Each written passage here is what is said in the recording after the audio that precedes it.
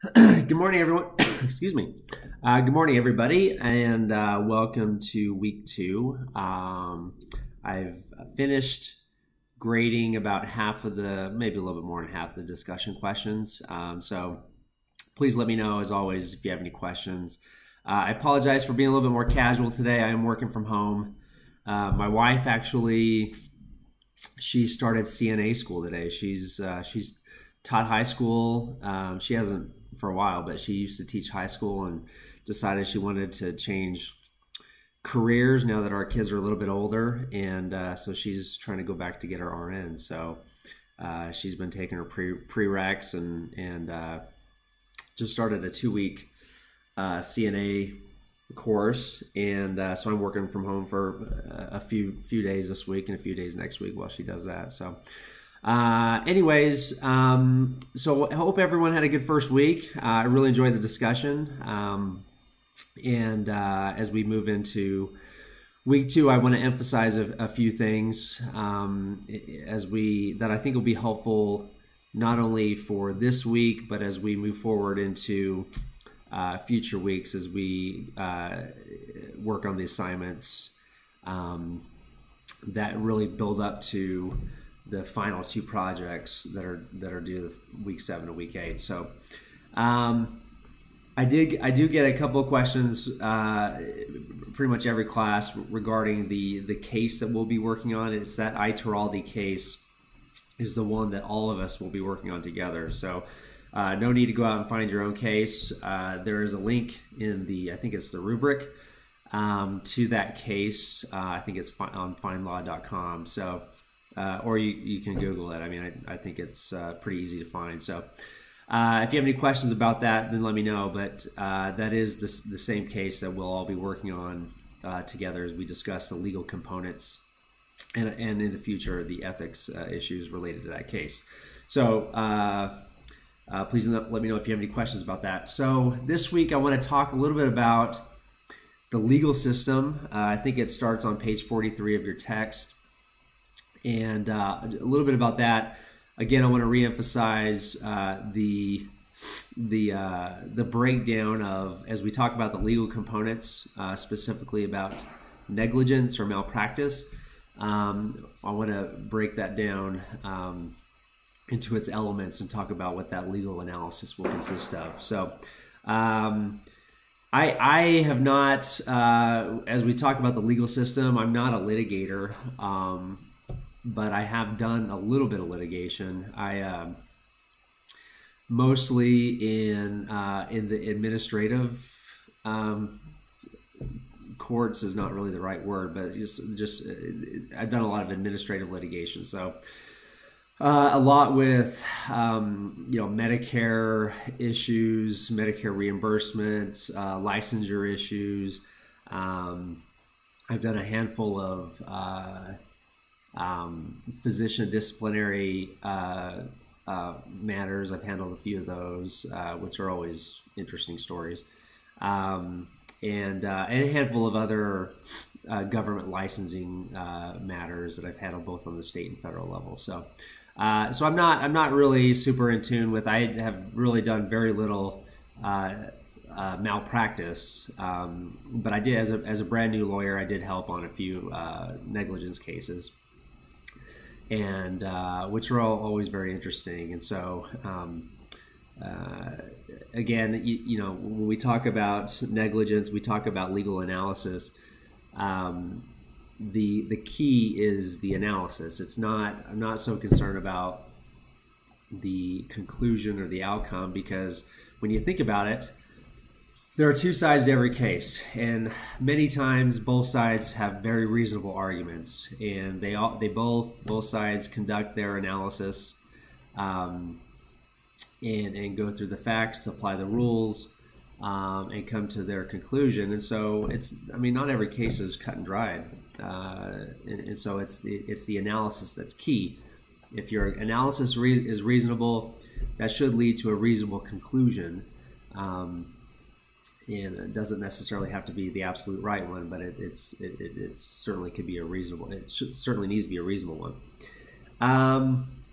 Okay, so let's talk about medical malpractice, professional liability for a second. One other key takeaway in this class is liability does not automatically arise when something goes wrong. So many of you work in the clinical atmosphere, clinical environment, and you know that sometimes things just go wrong. Does that mean there's liability? Maybe, but not always. You could certainly have something go wrong without it being a negligence issue or a malpractice issue. You think about it, if you go to page 158, I think it's in chapter 6 of your text, it asks whether you could be sued for negligence if a patient is injured through no fault of your own. Well, the answer is yeah, you can be sued. Anybody can be sued, but that doesn't mean that there's liability.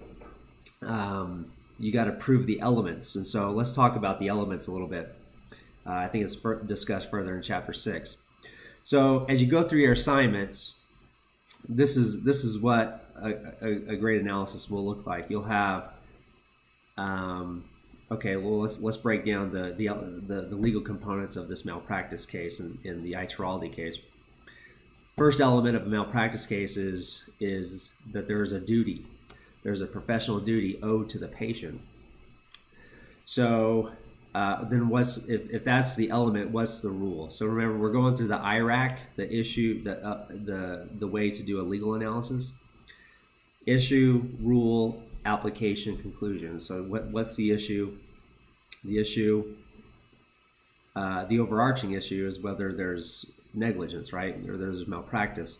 But then you break that down to its individual, the elements of a malpractice case.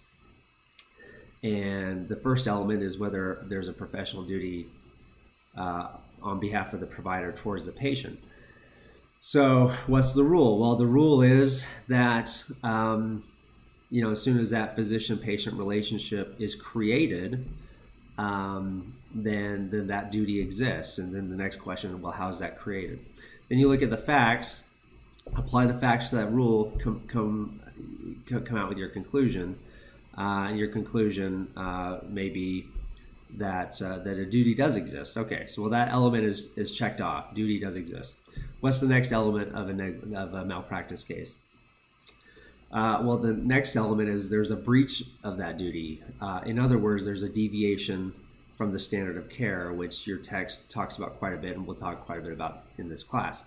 So your second element is that there's a breach in the standard of care that's owed to the patient. Well, what is the standard of care? What is the rule related to the standard of care?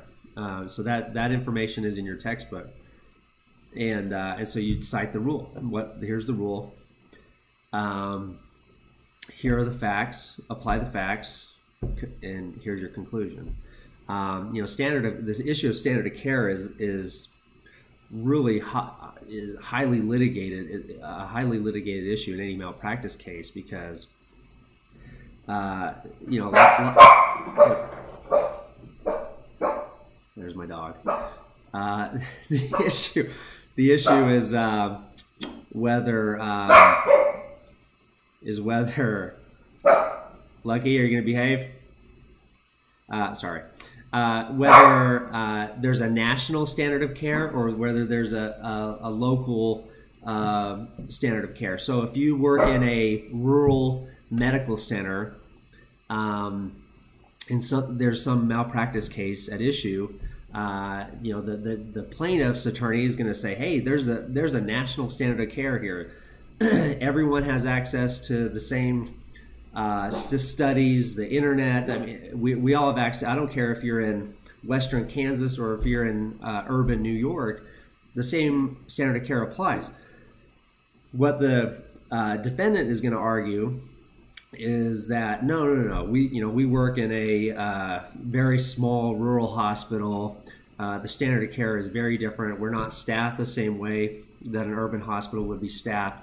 It's just not the same thing. And so that debate, that argument happens in a lot of malpractice cases.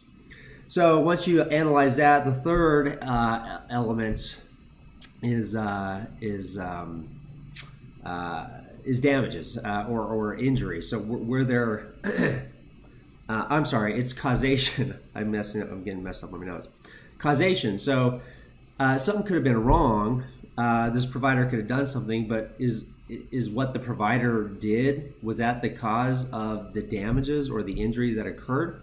So there's proximate causation, there's direct causation, and so an analysis is going to say, okay, well, this is what happened, this is why it caused the damages, therefore that element is checked off. And so causation is a third. The fourth is there's actual injury or damages. And so here's the critical part about breaking a malpractice case down into its elements, is that a plaintiff has to show each one of those or prove each one of those by a preponderance of the evidence in order for that malpractice case to exist or be viable.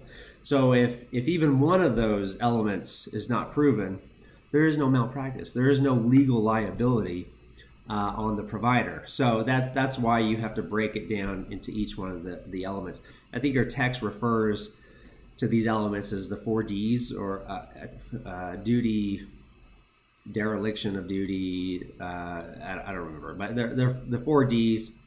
They're 4 elements, whatever you call them. They're 4 elements, and so as you talk about the legal components in your assignments in this I. Tiraldi case, it'll be really important for you to break down that analysis by its elements, by those 4 Ds as your text refers to them. So the only other thing that I really wanted to touch on was just how highly regulated the healthcare industry is. And so, I work on all types of healthcare issues. I mostly work on the business side of healthcare and the regulatory side of healthcare. So fraud and abuse type issues, Medicare, Medicaid sort of issues. But when you think about it, and I just off the top of my head wrote down a list of just the statutes and regulations, the governing agencies that really regulate healthcare. Many of you know, as I said before, many of you work in the clinical environment, so you're well aware of a lot of these. So for example, this is the legal environment that the healthcare industry deals with on a day-to-day basis. HIPAA. We'll be talking about the privacy and security rule a little bit later in the class. Stark Law, which is the federal physician anti-referral law. The federal anti-kickback statute. All kinds of Medicare conditions for coverage, Medicare's the conditions of participation. The False Claims Act, beneficiary inducement prohibition, which applies to Medicare beneficiaries. Civil monetary penalty law. And then at the state level, Medicaid rules and regulations. State fraud and abuse laws. So, there's the federal anti-kickback statute. There's the federal Stark Law. Many states have what's called a mini Stark law or a mini AKS law that applies not just to federal healthcare programs, but to some just to state healthcare programs, but some to all payers.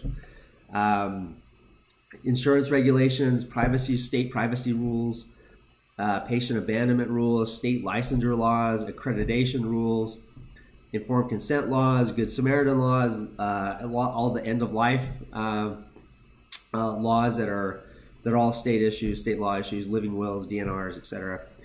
Antitrust laws, facility-specific laws like academic medical centers, ASCs, SNFs, critical access hospitals, rural health clinics, federally qualified health centers, general hospitals, everything. Every type of healthcare facility has its own sort of both state and federal laws and regulations. Some facilities are not licensed at a state level, but many are, and many states do require that.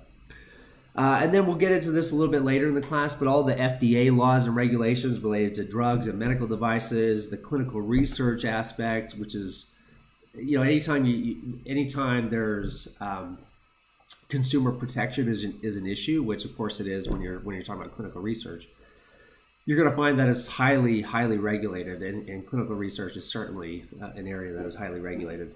And then of course scope of practice issues with respect to physicians and nurses and nurse practitioners, and just basically any licensed occupation or profession at the state level. And of course, all kinds of medical records laws, record retention laws, access to medical records, both at the federal and the state level. So this is just what I came up with off the top of my head. So I'm sure there are many more. But the point was that, the legal system with respect to healthcare is very much highly regulated, very much a day-to-day concern with all kinds of providers, both institutional and individual providers.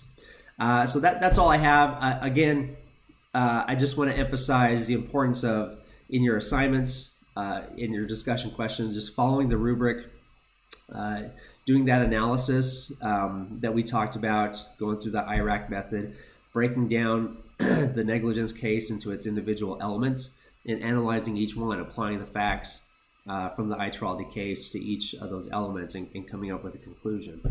I think that's everything for today. If you have any questions, please let me know. I am available, and hope you guys have a great week. Again, great discussion this first week. Please keep it up, and let's move forward and have a great week too. Thanks. Have a great one.